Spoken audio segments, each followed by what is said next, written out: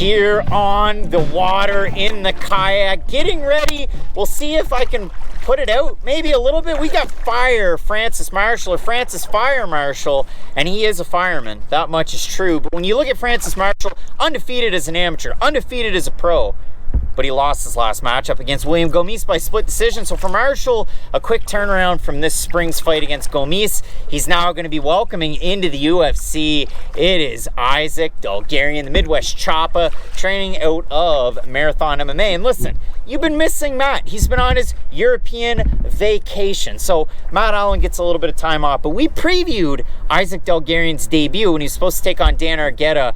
Let's actually get you up to speed with who Isaac Dulgarian is and get you ready for this fight when he's going to be taking on Francis Marshall. And a welcome to the UFC. It's the rookie debut of the Midwest Choppa, Isaac Dulgarian, the former FAC champion, taking on Francis Marshall. But for Isaac Dulgarian, if you do look at it throughout his overall tenure, both as a pro and as an amateur, he's putting a very, very slick and sneaky record out there, and he is undefeated. 4-0 as an amateur, 5-0 as a pro. All of these fights with KC Fighting Alliance and FAC. You're going to know that promotion for sure. And he's also competed for the majority of his career out of Glory MMA and Fitness. Now, throw it out there, the tweet from Alex Behunin. And if you do look at it, there's a lot of guys that have been training out of Glory MMA and Fitness, but for reasons that we've all seen out there on the Twitter sphere, they're all training out of Factory X Muay Thai. So an interesting mix there for Dulgarian. But coming into this matchup, Matt, what a lot of people might not realize is, although this is Isaac Dulgarian's UFC debut, he is a 2012 Freestyle National not champion, but participant. You can find him on Flow Wrestling there. He also spent time at Notre Dame College, and he kind of bounced around with his collegiate and university wrestling career. The one thing I do like out of Dulgarian, I will say, yes, he does have good wrestling.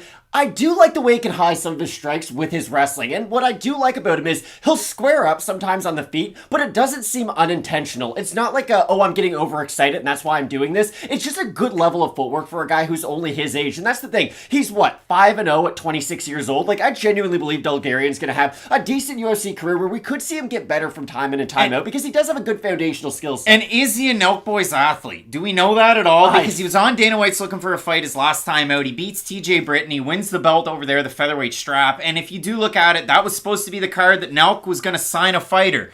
And then Dulgarian did an interview with Nelk with OG Shawnee Mack, getting slapped by Nate Diaz, and it's not really clear. So I don't know if he's a Nelk Boys guy or not, but regardless out of that, for Dulgarian, not a good level of competition at all. 12-8 is the combined opponent record as a pro, and Britton was 7-2, so you can kind of do your little subtraction there. You can see that it's not all that good, and even then, Britton was 39 years old in the matchup. Now, all of his wins are by first round finish, and if you do look at it, I wrote down fast, powerful grappling, and he's the type of guy that he's going to get into mount very, very quickly, and then you make your mistake. You either get grounded, pounded out, or you give your back and he submits you. Isaac Dulgarian, for what it's worth, bad level competition, beating guys the way that you should, but the way that Dulgarian fights, and you're going to find it, Nick Fiore's very, very similar that we're going to see on this card. They cinch things up very, very quickly on the ground. I like the fighter that Dulgarian is. So Isaac Dulgarian, pretty good fighter, a lot of really early first round finishes. Francis Marshall for this one,